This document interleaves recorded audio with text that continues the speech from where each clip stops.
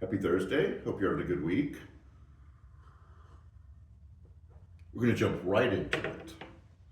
When thinking about relationships in your life, and it doesn't matter who it is, kids, parents, partner, friendships, co workers, whatever that relationship is, what are, and we use plural, the most important elements to make that relationship thrive and flourish? And we can think of like compassion or kindness, maybe a little bit of self sacrifice, respect. Um, but all of those are actions, those are things that you do in the relationship, and they're important. But I feel like there's one that's probably the foundational component element that keeps relationships healthy and thriving, and that's trust. And trust is one of those really difficult things because some of us are people who give out trust pretty quickly. Like if we meet someone new or we're in a relationship, um, we're fairly able to jump in and trust the other person in the relationship. For others of us, it takes just a little bit longer. And there's things that we want to see. We want to see consistency. We want to see dependability. We want to see vulnerability before we begin to kind of hand out trust. And I'm not going to bash that. I get that. Because the problem is, every one of us have been in a relationship in the past with someone who was really important in our life, someone who was really significant. And we still may be in a friendship with them and had to work through it, um, who broke our trust. And we know the damage that does to a relationship. I've had people do that to me.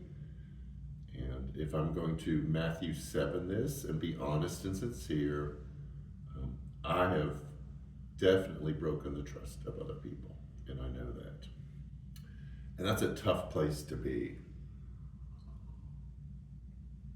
Because what happens when trust is broken, then we put up boundaries, which we say help protect us. We put up walls, we distance ourselves.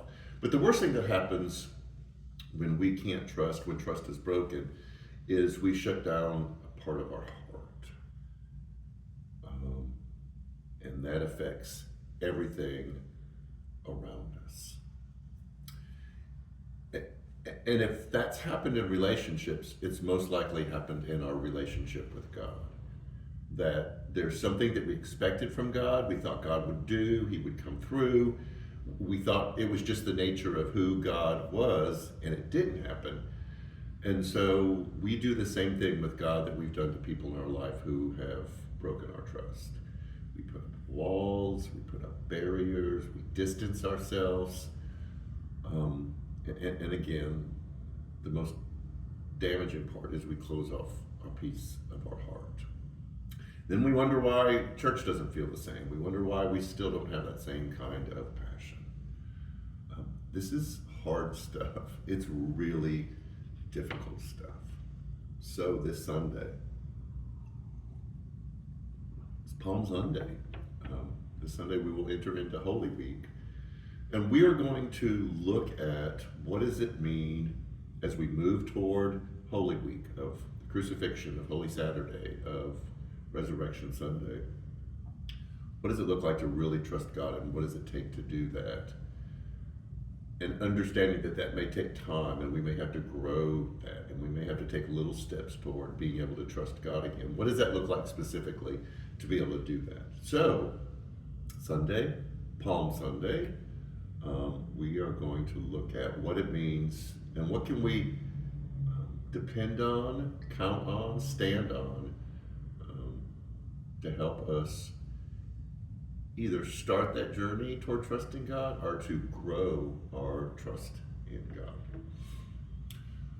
We've got baptism coming up on Easter. We've got 3 so far, so we're excited about that. This is like our 3rd baptism in a little over a year. And we have a volunteer table. I saw someone at it Sunday. If you are interested in helping out in many areas of the church, and we especially need help in our Promised Land area, we just have so many children and so many students. We would love for you to sign up for that.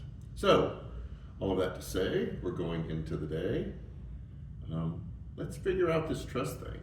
So join us on Sunday as we have a conversation about that. Have a good weekend. Take care. We'll see you Sunday.